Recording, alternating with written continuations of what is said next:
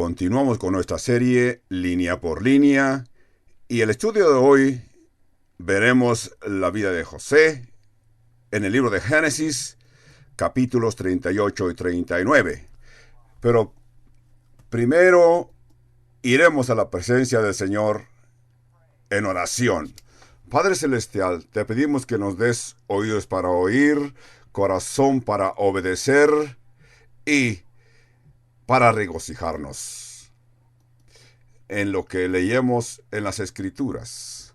Para algunos, quizás esta es la primera vez que están escuchando o entendiendo los mensajes de las Escrituras. Quizás hasta este punto ya se sorprendieron por lo que están leyendo.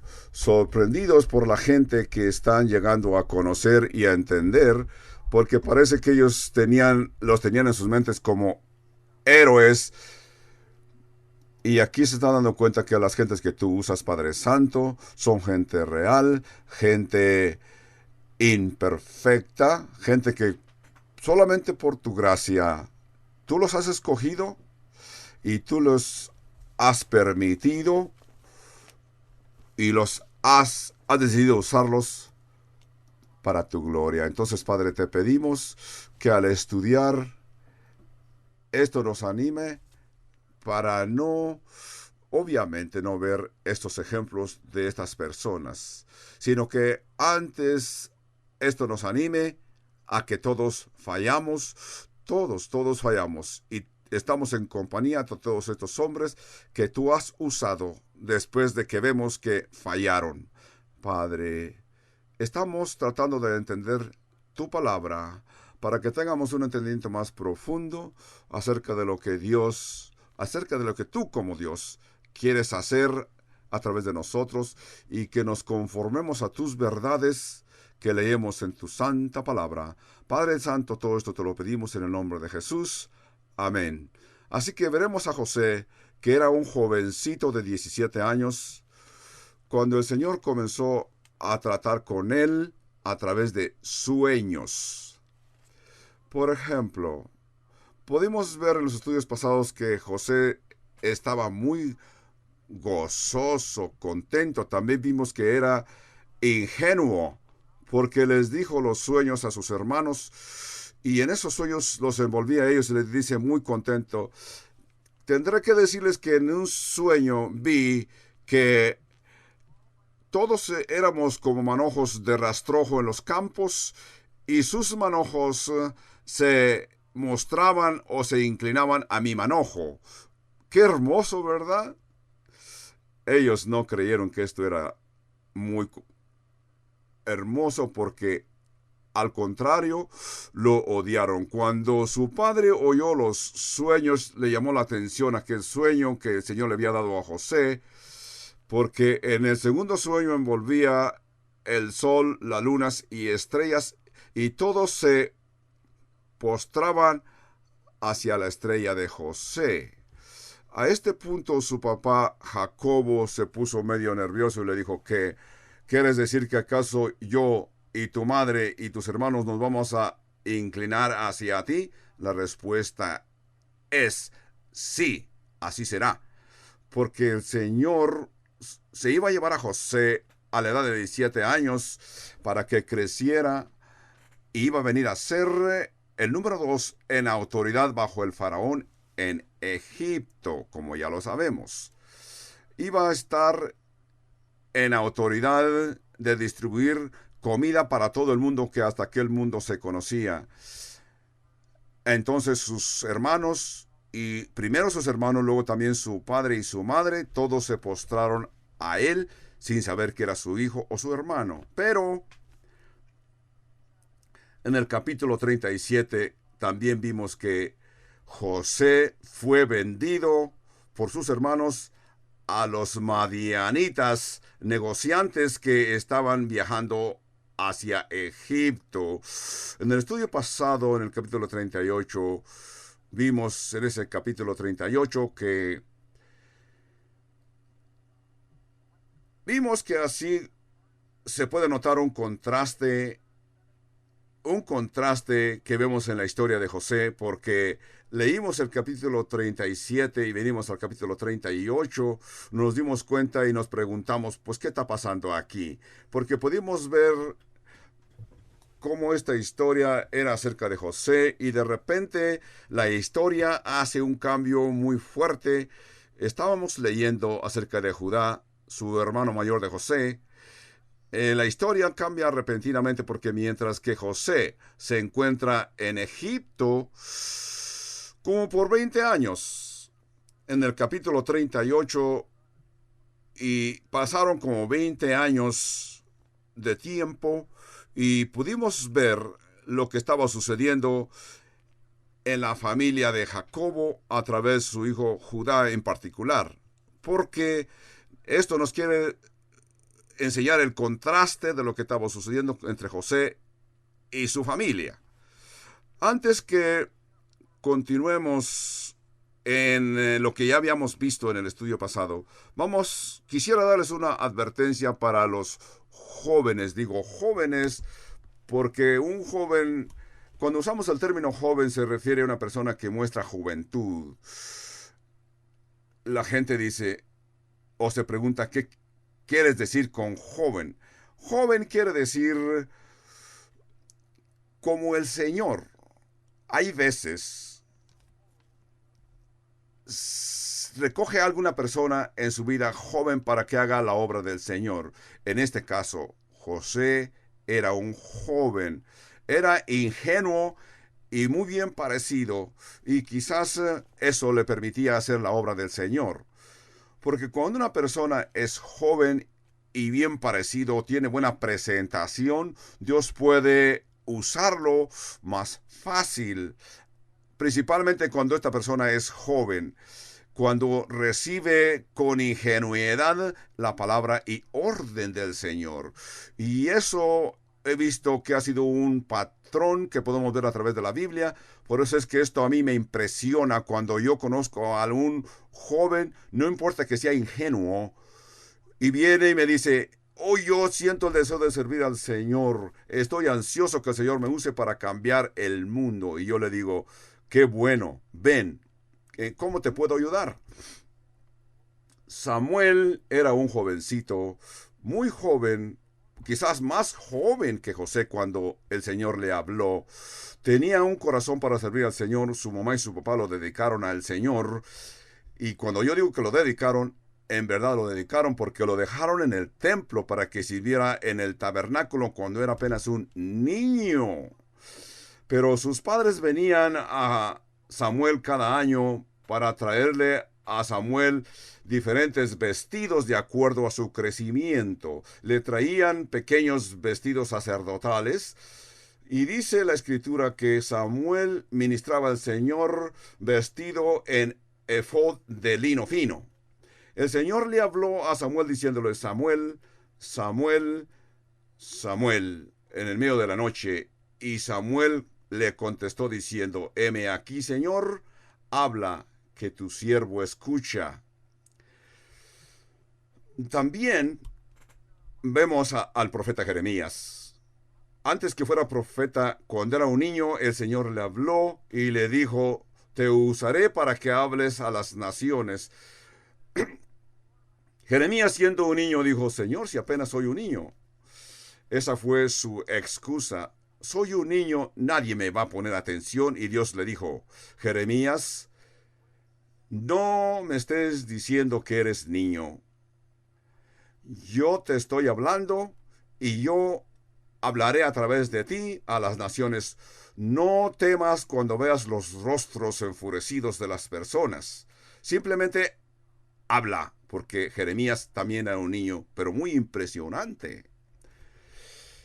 También recordamos a Daniel, que era un joven cuando fue llevado cautivo por Nabucodonosor en el año 605 a.C. Apenas era un adolescente, pero Dios lo usó poderosamente. Timoteo también obviamente era un jovencito, porque Pablo cuando le escribe dice, nadie desprecie tu juventud. Cuando una persona es joven, como ya decimos, es impresionante y es bueno, porque cuando Dios quiere usar una persona joven en sus años de juventud, es más útil para la obra del Señor. Esa persona puede dar al Señor lo mejor de su vida, porque no han perdido su vida no han perdido su vida en la vida mundana. Cuando Dios recoge a una persona joven, el resto de la vida de esa persona, Dios lo usa para su gloria. Yo recuerdo la historia de Dwight L. Moody. Después que regresó a su hogar después de una cruzada, oí la historia que entró a su casa. Cuando abrió su puerta, su esposa lo recibió gozosa y le dijo: querido, ¿cuántos vinieron al Señor en esta cruzada? Y Dwight Moody le contestó: 2 y medio. Entonces su esposa le dijo: oh, ¿me está diciendo que 2 adultos y un adolescente? Dijo: no, he dicho 2 adolescentes y un adulto. 2 adolescentes, porque dijo: cuando un adulto viene al Señor, ya perdió la mitad de su vida en el mundo, en el reinado del demonio, pero ahora el resto de su vida lo va a dedicar al Señor. Pero cuando son adolescentes los que se entregan al Señor, les queda toda su vida, y así dedican toda su vida para el Señor. Hemos visto en las estadísticas que la mayoría de la gente viene al Señor cuando son jóvenes, cuando son adolescentes. Yo estoy interesado en ver aquí todos los que ustedes están en el templo, hacerles la pregunta. Levanten sus manos hoy, los que ustedes vinieron al Señor después de la edad de 25 años. Levanten su mano. Muy bien, todos vean en su derredor. Ahora le bajen sus manos. ¿Cuántos de ustedes vinieron al Señor Jesucristo antes de la edad de 25 años? Vean ustedes en su derredor. ¿Ven? Eso contesta mi pregunta. Exactamente es lo que quiero que ustedes entiendan. Hace años que una persona hizo un estudio y escribió sus estadísticas matemáticamente y dijo: las posibilidades de que las personas vengan al Señor Jesucristo a la edad de 25 años, 1 en 5,000 posibilidades. La posibilidad de que alguien venga al Señor Jesucristo a la edad de 35 es 1 entre 25,000 posibilidades.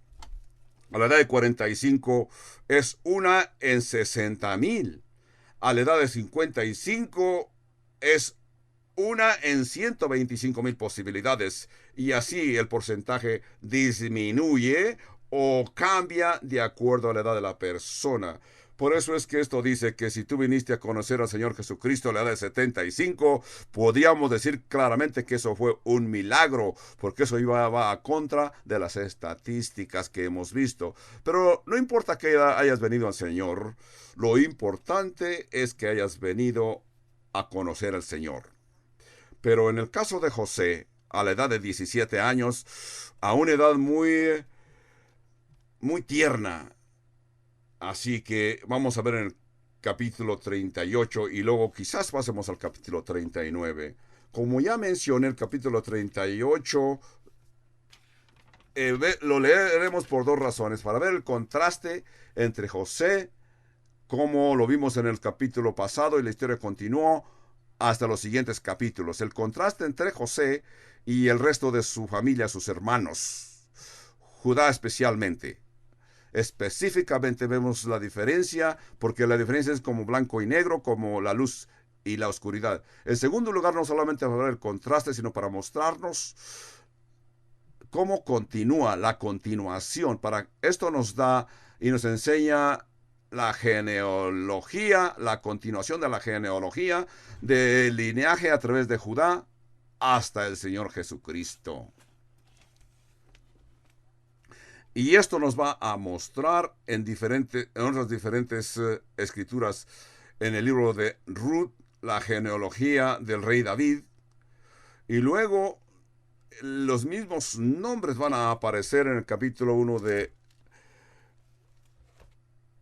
de Mateo, para ver la genealogía de el Señor, para ver la continuación. Tenemos estas historias aquí. He mencionado algunos momentos mencioné, que si ustedes están leyendo la Biblia o entendiendo la Biblia por primera vez, Sin duda, para este punto ustedes se sienten sorprendidos o quizás medio confusos. Quizás se están haciendo la pregunta, lo que estamos leyendo y estamos entendiendo, ustedes dirán, este libro nos habla de mucha basura. Y cuando digo basura me refiero a cómo esta gente pecaminosa, gente que actuó malignamente y fueron héroes en la Biblia. Por ejemplo, Judá viene a ser el líder de la tribu de Judá, la tribu del reino de donde vendrán la tribu de los reyes, donde vendrá el Señor Jesucristo. Ustedes podrán decir, este hombre hizo decisiones muy malas. Abraham, Isaac, Jacobo, la Biblia nos muestra claramente que ellos fallaron. Entonces, ustedes quizás se sorprendan por un lado, pero yo les diría, qué bueno que esto te sorprende, porque si tienes la idea, o habéis tenido la idea de que todos en la Biblia, toda la mañana se levantaban muy contentos, alabando y adorando, y hasta se les veía una aura, aureola en su cabeza, estás equivocado. Estas gentes eran real. Muchos de ellos se portaron mal. José no fue uno de ellos. José es un contraste a los demás porque José es un tipo de Cristo en la Biblia. Con todo el que José era humano, fue un ejemplo. No queremos decir que era perfecto, pero fue notable. Poniéndolo tratando de compararlo con los demás. Cuando vemos el capítulo 38 se nos va a hacer medio raro. Entonces vamos a comenzar a leer en el mismo capítulo 38, verso. Vamos a ver el pasado para ver lo que aquí sucedió. Verso 38, verso 1. Aconteció en aquel tiempo que Judá se apartó de sus hermanos y fue a un varón adulamita que se llamaba Ira. Y vio allí en Judá la hija de un hombre cananeo, la cual se llamaba Shua, y la tomó y se llegó a ella. Y ella concibió y dio a luz a un hijo y llamó su nombre Concibió otra vez y dio a luz un hijo y llamó su nombre Onán. Y volvió a concebir y dio a luz un hijo, lo llamó su nombre Sela. Le llamó su nombre Sela. Estos tres hijos de Judá, él les llamó mis tres hijos, naturalmente, que eran sus tres hijos. El primero murió y no se nos dice por qué. Simplemente dice que el primero murió. En el verso 6 dice, después Judá tomó mujer para su primogénito la cual se llamaba Tamar. Y el primogénito de Judá, fue malo ante los ojos de Jehová, y le quitó Jehová la vida. Eso lo vimos en los estudios pasados. No nos dice por qué el Señor le quitó la vida. Simplemente estamos pensando y podemos decir que a Dios no le gusta el chisme. Dios tiene sus razones para actuar. Tiene su poder y hace lo que Él quiere. Nosotros tenemos que continuar. Verso 8. Entonces Judá dijo a Onán, llégate a tu mujer de tu hermano y despósate con ella y levanta descendencia a tu hermano. Sabiendo Onán que la descendencia no había de ser suya, sucedió que cuando se llegaba a la mujer de su hermano, vertía en tierra para no dar descendencia a su hermano. Y desagradó en ojos de Jehová lo que hacía, y a él también le quitó la vida. Leyendo esto, algunas personas se han equivocado tratando de explicar lo que aquí significa, porque ellos le aplican y quiere decir que él estaba pensando en el control de la natalidad. Es lo que algunos creen, que estaba tratando de controlar la familia. Y muchos dicen que el control de la familia debe ser antibíblico por este texto. Aquí lo que está haciendo este hombre no está planeando familia. Aquí lo que la Escritura quiere que entendamos que Dios quería que continuara la familia. Este joven se arrimaba a la hermana, a la esposa de su hermano. Era una costumbre de Mesopotamia. Aún más tarde los nativos continuaron la ley mosaica en Israel. Entonces, las herencias que había en aquella familia tenían que conservarse en la familia de esta manera. Esa era la razón de que el hermano tenía que entrar a la esposa de su hermano, y el nacido que naciera de aquella unión iba a llamarse hijo de su hermano mayor, para que así la herencia continuara en la familia. Así que, ¿qué fue lo que hizo Onán? Bueno, notemos la palabra que aquí dice: cuando se llegaba a la mujer de su hermano. Es lo que quiere decir. La idea aquí es que él venía a la esposa de su hermano. Era una práctica normal para él. Y en esta práctica para él, eso quiere decir que era el término. El término era que él lo usaba para tener su gratificación sexual sin responsabilidad como padre. Él odiaba a su hermano, no le quería dar descendencia a su hermano. Él no quería que su hermano tuviera heredero, porque así que su hermano el mayor iba a ser el que iba a tener el derecho como primogénito en el hijo que él produciera.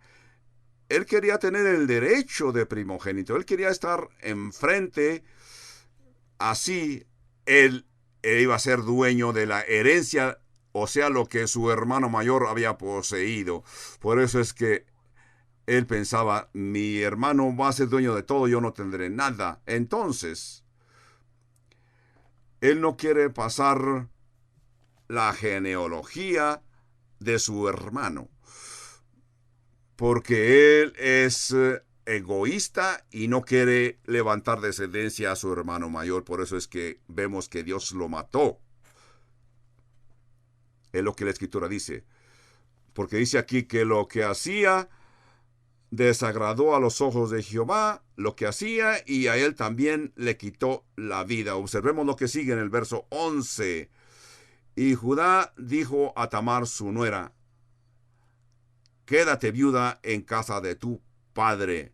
Podemos ver aquí que ya murieron dos de los hijos de Judá.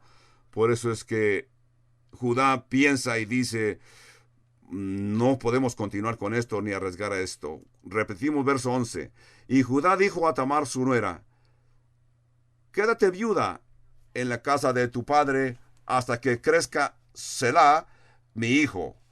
Porque dijo: no sea que muera él también, como sus hermanos mayores. Y se fue Tamar y estuvo en casa de su padre. ¿Qué sucedió aquí?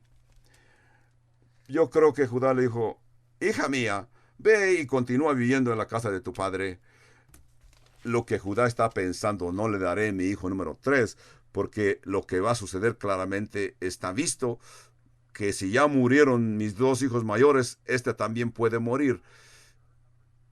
Los dos ya murieron, entonces ¿para qué arriesgar el número 3? Es lo que Judá estaba pensando, aunque no se lo explicó. Entonces, si así sucede y muere el número 3, hasta ahí se acaba mi linaje. Así que él usó esto como excusa. Eso es lo que él pensaba. Por eso podemos entender que Judá no tenía ni la menor intención de darle a su nuera el hijo número 3.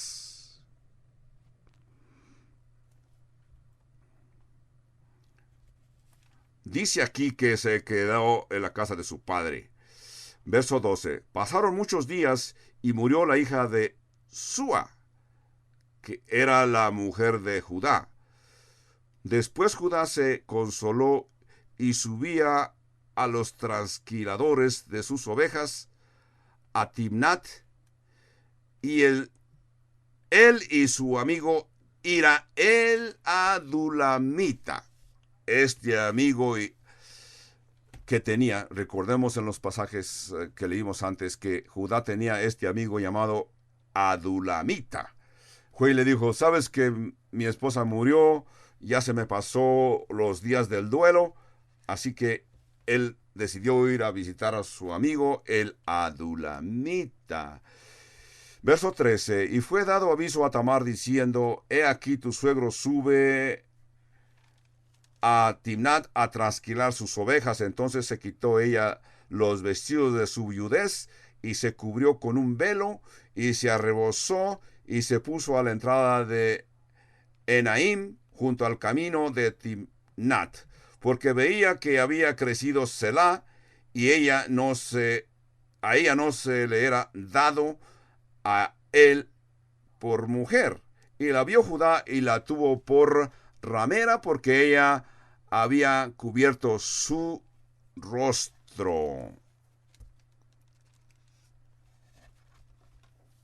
Por eso es que él la tuvo por ramera.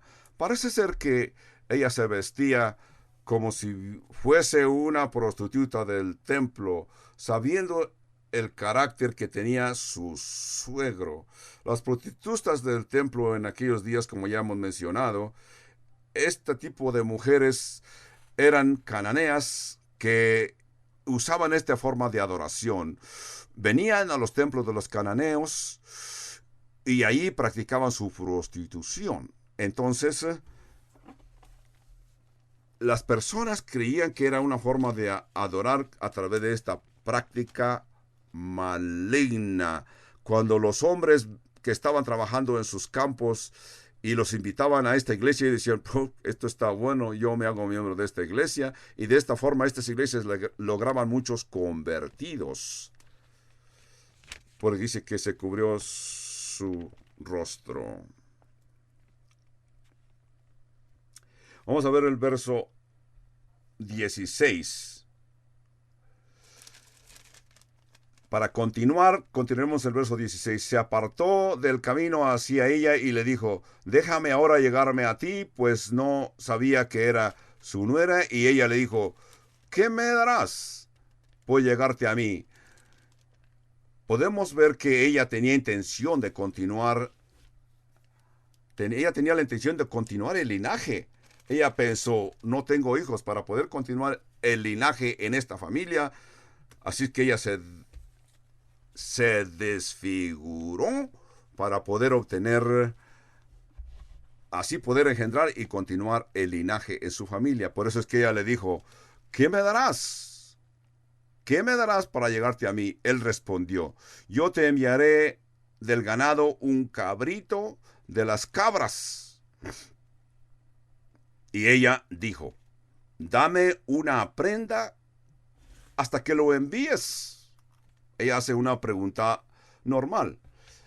Sabemos bien que ella al fin va a recibir su cabrito, pero aquí ella pide una prenda para ella estar segura de que de que él iba a enviar lo que ella se merecía, el cabrito.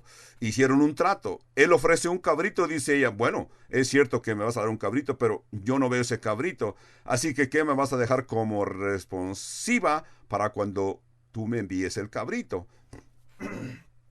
Perdón.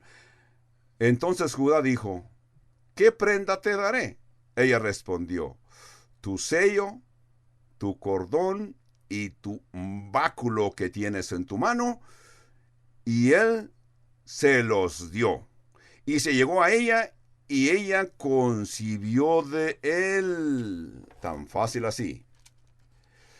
Lo que ella le pidió fue el anillo que él llevaba. El anillo en esos días representaba autoridad, porque usaban sus anillos para usarlo como estampa.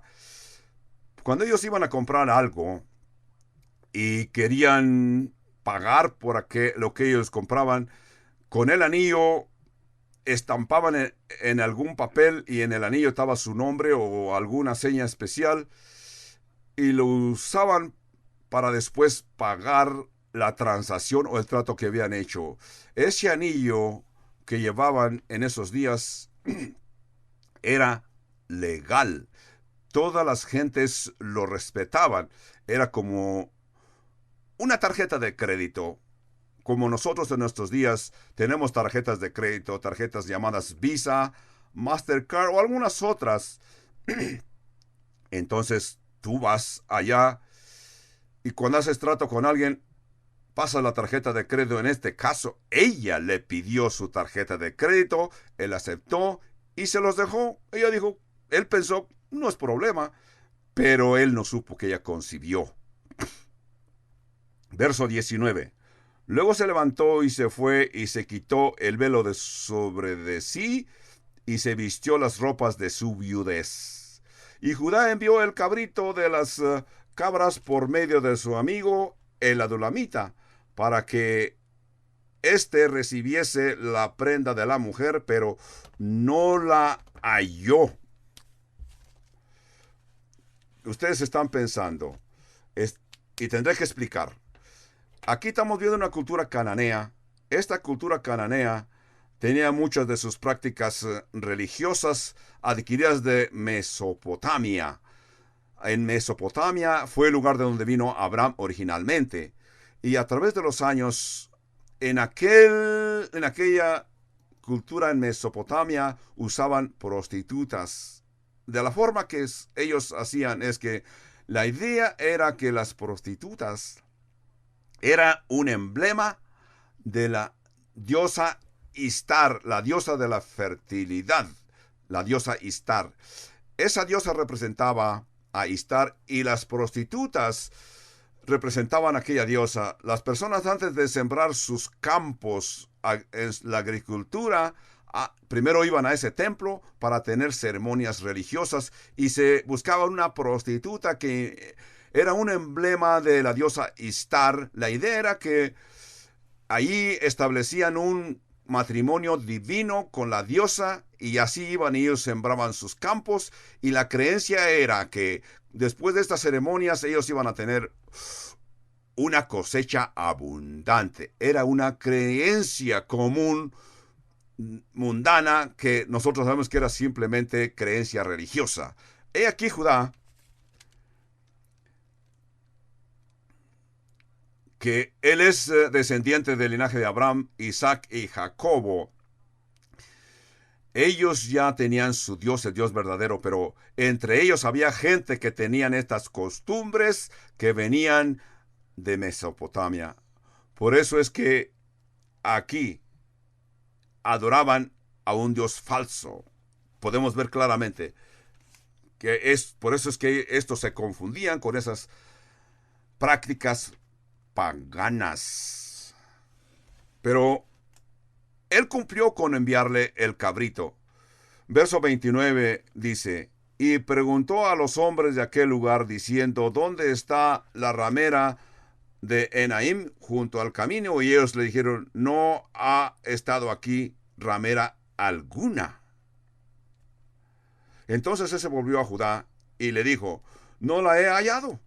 Y también los hombres del lugar dijeron, aquí no ha estado ramera. Y Judá dijo, tómeselo para sí, para que no seamos menospreciados. He aquí, yo he enviado este cabrito, y tú no la hallaste. En otras palabras, él está diciendo, yo no quiero que esto se haga público, porque esto sería vergonzoso. Verso 24, sucedió que al cabo de unos 3 meses fue dado aviso a Judá diciendo, Tamar, tu nuera, ha fornicado, y ciertamente está encinta a causa de las fornicaciones. Y Judá dijo, sacadla y sea quemada. ¡Wow! ¿Que sea quemada? ¿Es lo que dijo Judá? ¿Que sea quemada? Esto es admirable. Nos sorprende cómo nosotros por naturaleza podemos ver tan claramente y condenamos el pecado de otros. Es lo que hizo Judá. Él fue el que le causó aquella concepción y le ordena que sea quemada. Él no lo sabe, pero él sabe que tuvo relación ilícitas con alguien. Nunca pensó él. Él debía de haber pensado. A mí me recuerda y me trae a la mente alguien más. El rey David. ¿Recuerdan ustedes la historia? Todos la hemos oído, la historia del rey David. Cuando ella, la mujer con que tuvo relación ilícita quedó encinta, y cuando el rey David se dio cuenta, no lo aceptó, pero vino el profeta para hablar con él y le dijo, tengo una historia que platicarte, y le platicó la historia, y él le dice, a ver, platícame esa historia. Dice, conocí la historia de un hombre rico, que estaba muy rico en aquella ciudad, y en su ciudad había un hombre que tenía una corderita, era su mascotita, hasta dormía con ellos en su casa. Esta mascotita hasta comía con ellos, comía de su mesa, era como una un miembro de la familia. Entonces el rey David se enfureció con el profeta Natán, y porque le dice, este hombre, en lugar de matar una de sus corderas de tantas que tenía, fue y obtuvo el corderito de aquella persona y la mató y le preparó comida a su visitante. El rey David se enfureció y como rey le dijo al profeta Natán, el tal hombre debe morir por lo que hizo. Dice, ese hombre debe de morir, mátenlo. El rey Natán le puso el dedo en la frente al rey David y le dijo, tú eres ese hombre. David, Jehová dice que Él te ha dado tantísimo, eres riquísimo, te ha dado el reino, tienes tantas mujeres como se te antoja, y mandaste matar al esposo de Bathsheba porque la tomaste sabiendo que era mujer de alguien más, y tú tenías diferentes mujeres, no tenías por qué, y tú tomaste a la mujer de aquel hombre y la echaste a perder, y luego ordenaste matar al esposo de esta mujer. A esto nos enseña que el rey David pudo ver el pecado de otro. Aquí Judá hizo lo mismo. Pudo ver el pecado en ella, pero no sabía que no se daba cuenta que él había pecado. Continuaremos en el verso 25. Pero ella cuando la sacaban, envió a decir a su suegro, del varón cuyas son estas cosas, estoy encinta. También dijo, mira ahora de quién son estas cosas, el sello, el cordón y el báculo. Él ordenó, quémenla. Así que obviamente cuando le trajeron las prendas, él ya había dado la orden que la quemaran. Él había dicho, quémela, pero ella dijo, antes que me sentencien a muerte, vean quién es el padre de este niño que tengo en mi vientre. ¿De quién es este anillo? Imagínense, cuando vieron el anillo y se dieron cuenta de quién era, del mismo hombre que había ordenado que la quemaran, y luego se lo trajeron a Judá. Verso 26. Entonces Judá los reconoció y dijo, más justa es ella que yo. ¡Qué afirmación para disculparse! Por cuanto no la he dado a Selá, mi hijo, y nunca más la conoció. Está claro allí. Y aconteció que al tiempo de dar a luz, he aquí que había gemelos en su seno. Sucedió, cuando daba a luz, que sacó la mano el uno, y la partera tomó y ató a su mano un hilo de grana, diciendo, este salió primero. Pero volviendo él a meter la mano, he aquí que salió su hermano, y ella dijo, ¿qué brecha te has abierto? Y llamó su nombre Fares. Llamó su nombre Fares. Después salió su hermano, el que tenía en su mano el hilo de grana, y llamó su nombre Sara. Sara con Z. Entonces aquí vemos en esta historia la historia de Judá y su familia y su legacía pecaminosa. Engendró de una mujer cananea, concibió con esta mujer sin saber que era su nuera.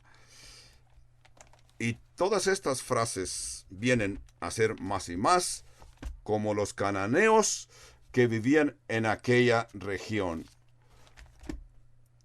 No se comportaban como debían de comportarse como José. Por eso es que espiritualmente se comprometían, porque estaban siguiendo la cultura que los rodeaba. En contraste a esto, vemos como José, vamos a continuar con la historia de José y veremos cómo José portaba. ¿Cómo se portaba José? Vamos a continuar con la genealogía hasta llegar al Señor Jesucristo. Vamos a ir al Evangelio de San Mateo para ver unos cuantos versos. San Mateo, verso 1, capítulo 1. Libro de la genealogía de Jesucristo, hijo de David, hijo de Abraham. Ahora aquí vemos la genealogía que Mateo quiere que entendamos. Quiere que entendamos que las genealogías eran importantes, especialmente cuando ellos esperaban que de esta genealogía debía de nacer el Mesías. Tenían que estar seguros de que la genealogía venía desde Abraham, a través del rey David, y luego esta genealogía, por eso se menciona aquí la lista de la genealogía. Verso 2. Abraham engendró a Isaac, Isaac a Jacobo y Jacobo a Judá y sus hermanos. Judá engendró de Tamar a Fares y a Sara, Fares a Esrom y Esrom a Aram. Aram engendró a Aminabab, Aminabab a Nazón, Nazón a Simeón. Y aquí vemos cómo la genealogía llega hasta el Hijo de Dios. Esta genealogía pasó por relaciones de incesto en la familia. Eso es lo que Dios quiere que entendamos. Aram engendró a Aminabab, Aminabab a Nazón y Nazón a Salmón. Salmón engendró de Rahab a Boz. Boz engendró de Ruth a Obed y Obed a Isaí. Isaí engendró a el rey David. Es como Mateo quiere que entendamos la genealogía. Y esto es interesante. En la genealogía judía, no solamente este nacimiento ilegítimo y también sus nombres. Así que la genealogía judía nos enseña que las mujeres no tenían derechos legales. Por eso es que la genealogía siempre se mencionan a los hombres. Se han encontrado oraciones por algunos judíos antiguos, los hombres judíos que se despertaban por la mañana y hacían parte de su oración de la mañana, decían: oh Dios, te doy cuenta por no ser esclavo, o gentil, o mujer. Es lo que ellos oraban cada día por la mañana. Pero notemos, la gente que estaba en la genealogía de Cristo, parece ser como que alguien equivocadamente puso estos nombres aquí, pero no. Dios quería que los pusieran aquí porque sabemos que fue el Espíritu Santo que arregló toda la situación. Esto nos quiere decir a nosotros en nuestros días, a ti que me estás escuchando, si tú crees que fallaste algún día, ¿tú crees que Dios no te va a usar? Si tú piensas: oh, en verdad fallé, me ensucié, me enmugré, hice decisiones equivocadas, decisiones que ofendieron a Dios, lo bueno es que lo aceptas, lo reconoces y debes de ir a Dios y pedirle perdón, arrepentirte. Si la Biblia menciona personajes como estos, quiere decir que tú también has fallado como ellos fallaron. Estos aparecen en la genealogía del Señor Jesucristo.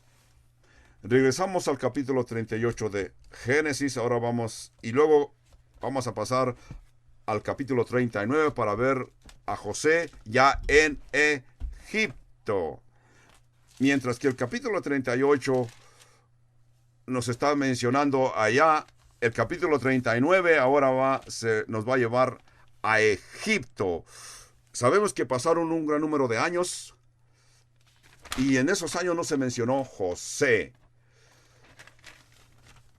Y nos preguntamos, ¿qué está sucediendo en la vida de José? ¿Dónde está José en todo esto? ¿Qué es lo que está haciendo el Señor en la vida de José? Vamos a ver una respuesta corta. Lo que el Señor está haciendo en la vida de José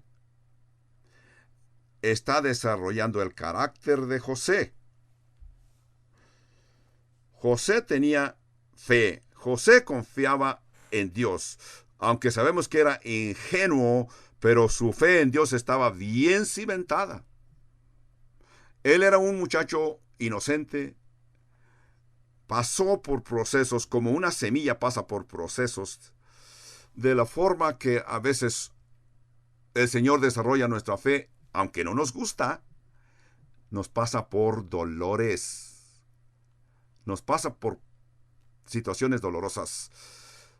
Si a ti tu supervisor te da un aumento mañana y hasta te pone por vicepresidente de su compañía, entonces tú claramente, fácilmente vas a decir, gracias Señor, y pongo toda mi confianza en ti, Señor. Pero si al contrario, tu jefe te llama a la oficina y te dice, ya vamos a cortar el personal, te vas a quedar sin trabajo, yo te preguntaría, ¿contestarías diciéndole a Dios de la misma forma? Oh, Dios mío, gracias por ti. Tú sabes que yo confío en ti. No parece que vas a reaccionar de esa manera, sino que vas a sentir que Dios te está pasando por pruebas durísimas. Esto dice que vamos a confiar en Dios solamente cuando vemos el progreso. Aquí, este jovencito tiene que desarrollar su fe. Dios lo va a pasar por dolores. Alguien hizo un comentario y dijo que la vida cristiana es como una taza de té. El té tiene que pasar por agua caliente para que desarrolle su sabor de té. Ahora veremos cómo sale José del agua bien caliente. En el capítulo 38 sobresale la horrible inmoralidad de Judá. Pero ahora vamos a ver cómo surge la integridad de José, el hermano joven. Verso 39. Y levantó pues José a Egipto a Potifar, oficial de Faraón, capitán de la guardia, varón egipcio, lo compró de los ismaelitas que lo habían llevado allá. Mas Jehová estaba con José, y fue varón próspero, y estaba en la casa de su amo, el egipcio. Sabemos bien que José había sido vendido como esclavo, y lo compró este señor llamado Potifar, que compraba esclavos y los usaba en su palacio. Pero vemos cómo José fue un hombre de éxito. Obviamente José hacía su trabajo con todo su corazón, sin quejarse, lo hacía con gozo, porque dice la Escritura que todo lo que José hacía, Dios lo bendecía. Descubremos y vemos el testimonio de José, que él confiaba en Dios, él le daba todo el crédito a Dios. Por eso Dios lo prosperaba. Yo me pregunto, si yo hubiese tenido las experiencias que José tuvo, y si yo hubiera llegado a Egipto como esclavo, sin causa alguna, sin haber cometido error, vendido como esclavo y trabajar como esclavo, quizás uno de ustedes que me está escuchando estará pensando y diría, el diablo está tratando de arruinar mi vida. ¿Cómo es que Dios ha permitido que esto me suceda? O podríamos también decir, ¿qué está sucediendo? Soy una persona tan talentosa y dispuesta a trabajar por el Señor. ¿Por qué es que Dios permite que estos años se están echando a perder? Hasta mi carácter se está echando a perder. ¿Sería esa nuestra respuesta? ¿O reaccionaríamos como reaccionó José? Soy un esclavo en Egipto. Soy un simple esclavo en Egipto. Pero quizás José pensó, voy a ser el esclavo mejor que Egipto ha visto. No han visto ningún otro esclavo como yo. Podemos pensar qué es lo que José pensaba. Y José se dedicó con gozo y con cariño.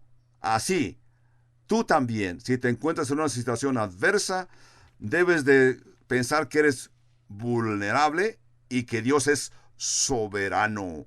Así que la tarea que se te entregó como esclavo o como barrendero, debes de pensar, yo sé que es la voluntad de Dios y voy a usar esta situación adversa para que vean que soy el mejor barrendero.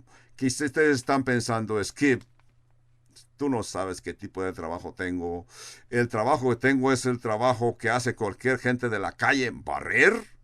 Con todo y que yo tengo títulos y títulos, yo te recomiendo que pienses como José. Voy a ser el mejor barrendero que han visto en esta compañía. Vemos que José era esclavo y Dios estaba con él. Fue un hombre con mucho éxito. Verso 3. Y vio su amo que Jehová estaba con él y que todo lo que él hacía, Jehová lo hacía prosperar en su mano. Así halló José gracia en los ojos en sus ojos, y le servía. Y él lo hizo mayordomo de su casa. Está bien claro. Verso 4 en el capítulo 39.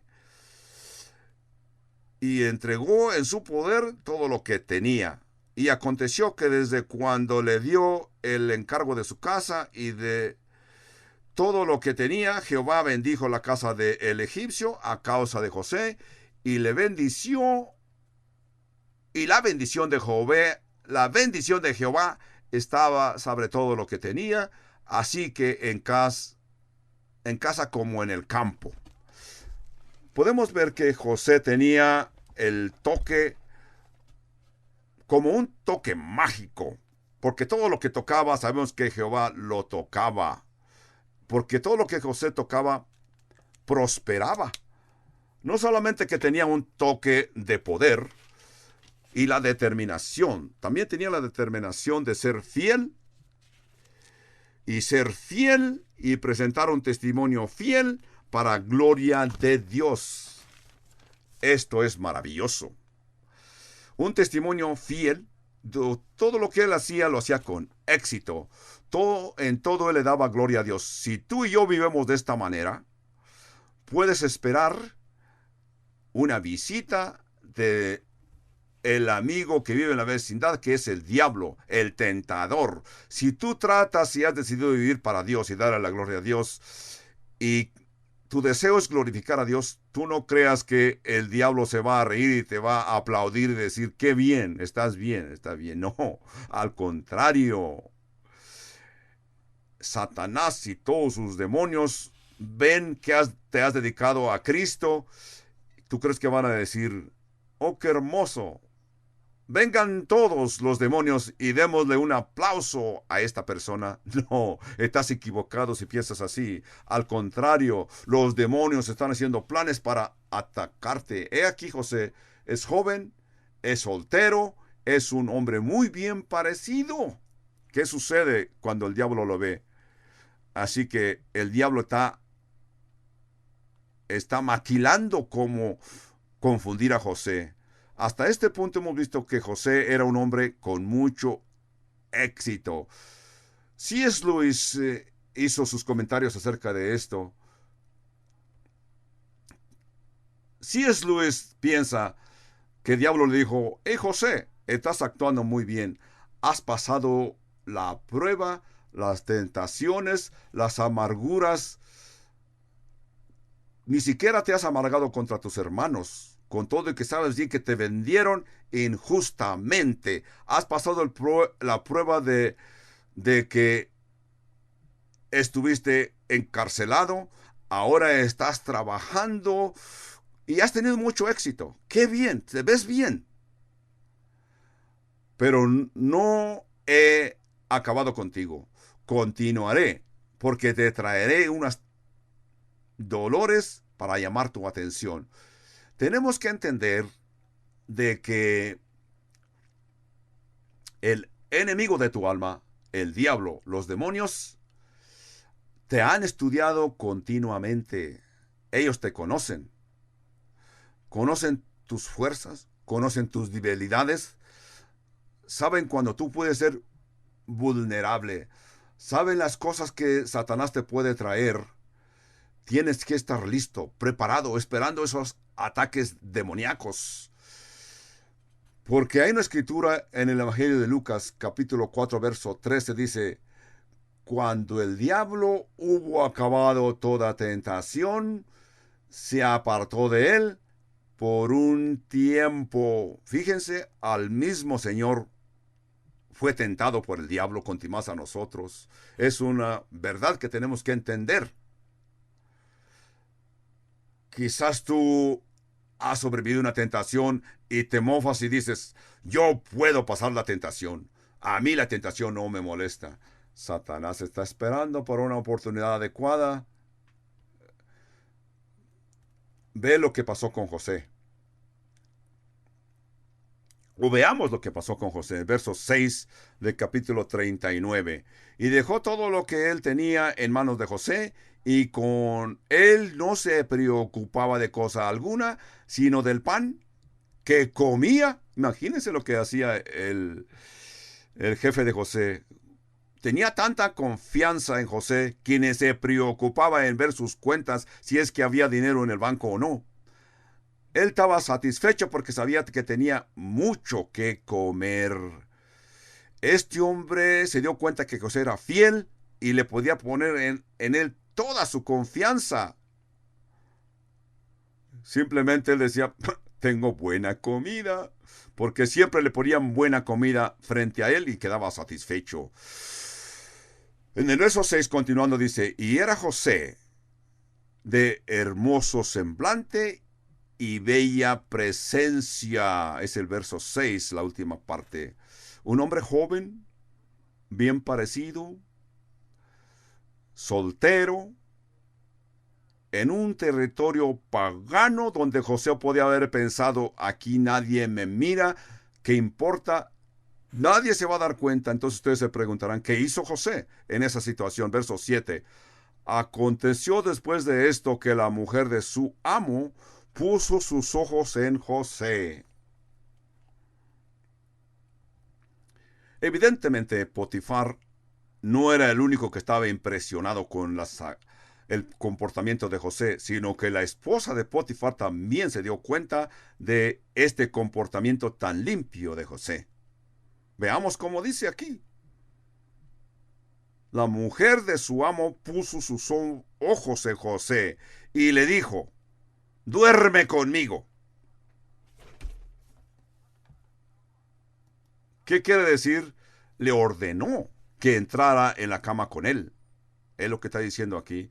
No se nos dice y no se nos explica qué es lo que estaba haciendo Potifar hasta este punto. Quizás porque sabemos que era lo que era típico en esos días en Egipto. Quizás el señor Potifar se ocupaba en aquella cultura en Egipto con otras mujeres. No lo sabemos. Simplemente podemos imaginar por la cultura de esos días. Pero podemos ver que era una esposa desesperada.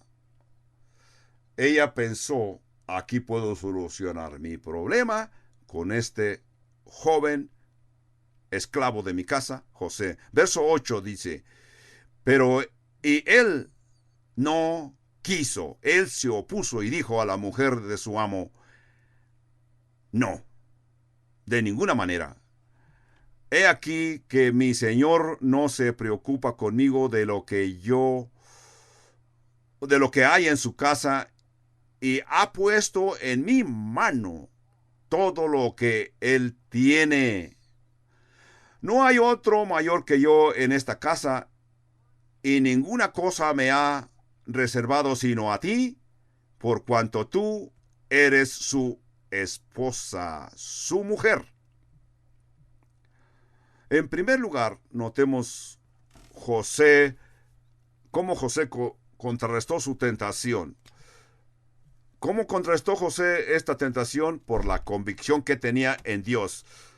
José le dice: tú eres la mujer de mi jefe, y mi jefe tiene toda su confianza en mí, todo puesto en mis manos, así que yo no traicionaré esa confianza que mi jefe ha puesto en mí, con todo lo que tú me quieres obligar a que yo caiga en este pecado. Cuando todas las gentes que te conocen saben que eres una persona íntegra, tu esposa, tus hijos, tus vecinos, tus hermanos en la iglesia, saben que eres una persona íntegra, tus amigos, todos los que te conocen en la iglesia saben que eres íntegro, es lo que sucedió con José aquí. Potifar, su jefe, estaba bien convencido que José era íntegro. En el verso 9, José le contestó a esta mujer: ¿cómo pues haría yo este grande mal y pecare contra Dios? José se da cuenta que este sería pecado contra Dios. Este es, en segundo lugar, lo que José hizo para contrarrestar su tentación. José es devoto a Dios. No dijo aquí: ¿cómo podía yo hacer este pecado contra ti, señora esposa de Potifar? ¿O cómo podía yo hacer este gran pecado y pecar contra el señor Potifar? Aún más que eso, José estaba bien convencido de que pecaría contra Dios. La consideración más grande en la vida de José, en la Biblia, se le llama temor de Jehová. Ustedes han oído este término en toda la Escritura. La civilidad comienza cuando una persona tiene temor de Jehová. El Proverbios 8 dice: el temor de Jehová es odiar la maldad. ¿Qué es temor de Jehová? Esto quiere decir que tenemos un gran respeto y reverencia hacia Dios. Estar bien convencidos de que Dios es quien es, y saber que Dios me está viendo, saber que Dios me está observando continuamente. Eso es lo que motivó a José para no pecar con la esposa de Potifar. Todos los creyentes tenemos que estar convencidos de que ofendemos a Dios. La gente que lee esta historia dice: José estaba en una región pagana, podía haber hecho lo que se le antojara. Pero él sabía que Dios lo estaba observando y él quería honrar a Dios. Recordemos la historia de cuando Moisés mató al egipcio. La Escritura dice que mató al egipcio y mató al egipcio. Dice la Escritura que vio para un lado, vio para otro lado. El problema con Moisés fue que miró horizontal a un lado y a otro, pero no vio vertical. O sea, no se dio cuenta que Dios lo estaba viendo desde el cielo. Aquí podemos ver la convicción de José. Tenía el temor de Jehová.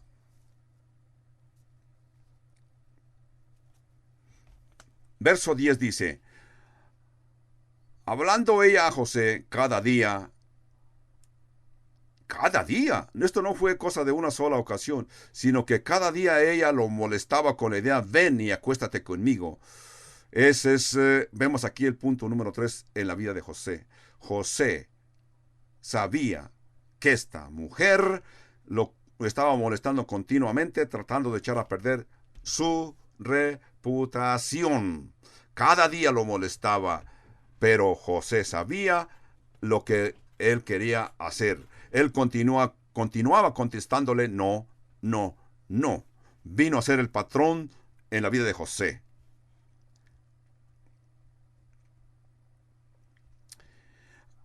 ¿Qué tal si tú vivieses en unas... Si comienzas tú a ver tu vida como una ciudad antigua, que esas ciudades estaban siempre fortificadas con muros bien altos para proteger aquella ciudad de los invasores. Nadie podía entrar ni salir a menos que usasen la puerta que se había creado para esto. Si alguien no quería que entraran gentes malignas, cerraban la puerta. Si no querían que viniera nadie a su ciudad, no alguien que no querían aceptar, nomás no lo dejaban entrar en las ciudades. Supongamos que tú estás viendo por el camino y tú ves que viene un vehículo hacia ti, un vehículo todo golpeado, todo sucio, y hasta viene aventando humo demasiado porque este vehículo está echando a perder el ambiente de tu ciudad y va a entrar a tu ciudad. ¿Qué haces tú? ¿Qué harías tú con aquel vehículo que viene a entrar a tu ciudad? Cerrarías la puerta de tu ciudad.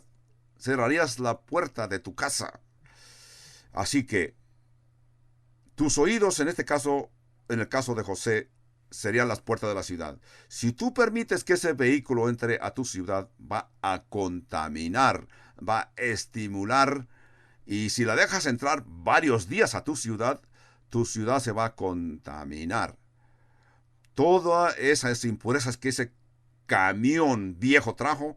Así que tú y yo necesitamos aprender a cerrar la puerta de esa ciudad para que no entre esa troca con un motor viejo a contaminar el ambiente de tu ciudad. En este caso, José oía que aquella mujer insistía: acuéstate conmigo, acuéstate conmigo. Él continuaba: no, no, no. Ese era como José que le contestaba.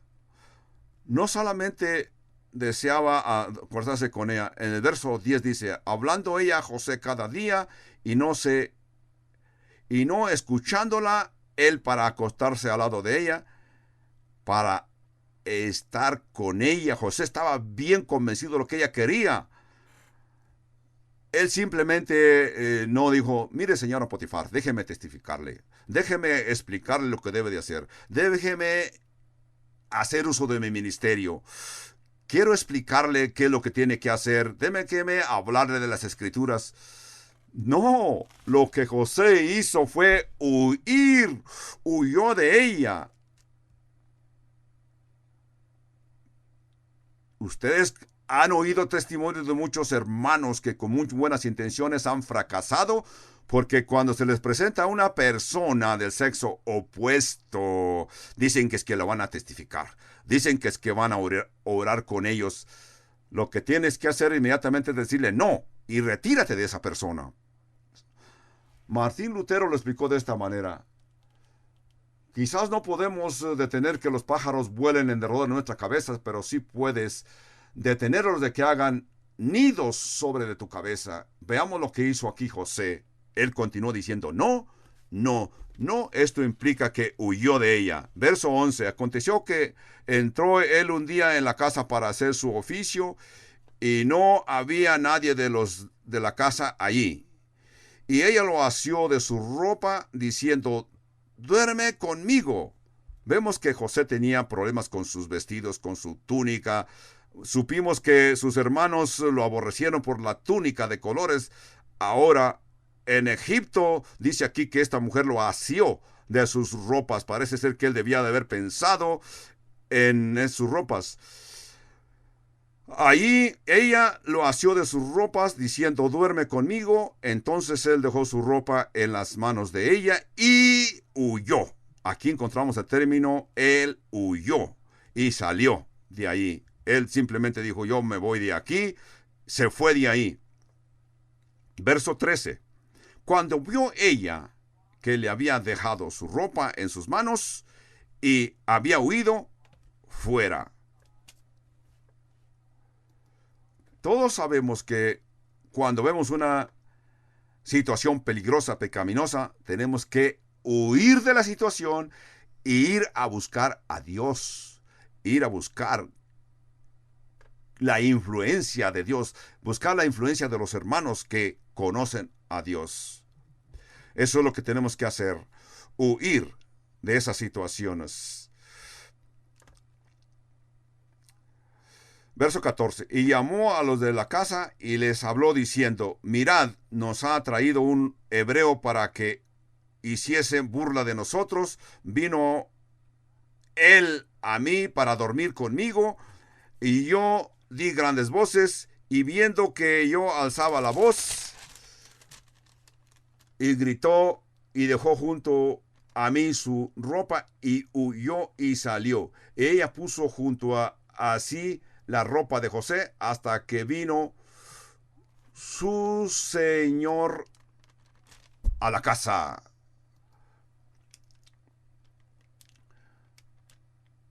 Huyó.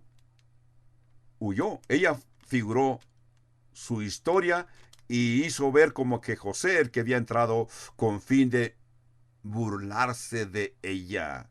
Ella es una mujer muy mentirosa. Verso 16. Entonces le habló ella las mismas palabras, diciendo: el siervo hebreo que nos trajiste vino a mí para deshonrarme, y cuando yo alcé mi voz y grité, y dejó su ropa junto a mí y huyó fuera. Y sucedió que cuando oyó el amo de José las palabras que la mujer le hablaba diciendo: así me ha tratado tu siervo, se encendió su furor. Y tomó su amo a José y lo puso en la cárcel donde estaban los presos del rey, y estuvo allí en cárcel. En ese tiempo, la costumbre de aquellas tierras era que si alguien era acusado de que era una persona que tenía características, o era acusado de asaltador sexual, el castigo era muerte. José lo sabía. José lo sabía bien, estaba bien enterado de que él podía ser ejecutado. La Biblia dice que Potifar se enfureció. Yo creo que este hombre está enfurecido, pero sabe bien que ella está mintiendo o no está seguro, porque él conocía bien el carácter de su esposa y conocía el carácter de José. Potifar conocía bien el carácter de José. Yo más bien me atrevo a opinar que Potifar estaba enfurecido por la reacción de su esposa. Pero nosotros tenemos que estar satisfechos de que Dios nos muestra estos personajes en la Biblia. Si alguien fuera a leer la historia de tu vida, ¿qué leerían de tu vida? ¿Qué podían leer de ti acerca de tu comportamiento con Dios? Como vemos cómo José se comportó. Verso 21. Pero Jehová estaba con José y le extendió su misericordia y le dio gracia en los ojos del jefe de la cárcel. Y el jefe de la cárcel entregó en la mano de José, el cuidado de todos los presos que habían en aquella prisión. Todo lo que hacía ahí, él lo hacía. No necesitaba atender el jefe de la cárcel cosa alguna de las que estaban a cuidado de José. Aquí José no se ve que se queje de nada, como decir: ¿por qué es que Dios me tiene en esta situación tan fea? Sino que José está pensando: muy bien, yo creo que Dios quiere que yo tenga un ministerio en la prisión. Y comenzó a ministrar. Estaba en la prisión. Una vez más vemos que José, en lugar de estar viendo de que era vulnerable a las cosas dolorosas de aquellos tiempos, él veía la soberanía de Dios. Él pensó: aquí puedo ministrar, aquí en la cárcel puedo ministrar, porque el Señor estaba con él, y todo lo que José hacía, Jehová lo prosperaba. Jehová lo prosperaba. ¿Qué tipo de caminata está viendo José tan adversaria? Desde sus padres al pozo, del pozo a la casa de Potifar, a la prisión. Y luego de aquí, de la prisión, salió para ir al palacio. Podemos ver que José, a través de esta jornada tan adversa y tan dolorosa, llegó a ser elevado por Dios mismo. Yo quiero que ustedes se animen hoy. Todo esto se lo voy a explicar en una sola palabra. Huyan. Huyan para que salven su vida. Huyan de la situación pecaminosa y corran hacia el Señor. Corran a la presencia del Señor. Huyan de aquellas cosas, situaciones pecaminosas que te pueden separar de Dios. Sepárate, corre, huye y corre a el Salvador de nuestras almas. Si tú nunca has leído este libro que se llama El progreso de El peregrino, que escribió Charles Spurgeon dice que él lo leía continuamente, por lo menos una vez por año. En esa historia del progreso del peregrino,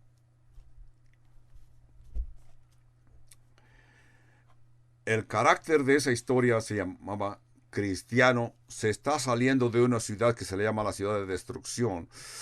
Ve detrás de él el humo del fuego. Llegó a una puerta muy angosta que solamente esa puerta era la única por la que tenía que pasar para escapar.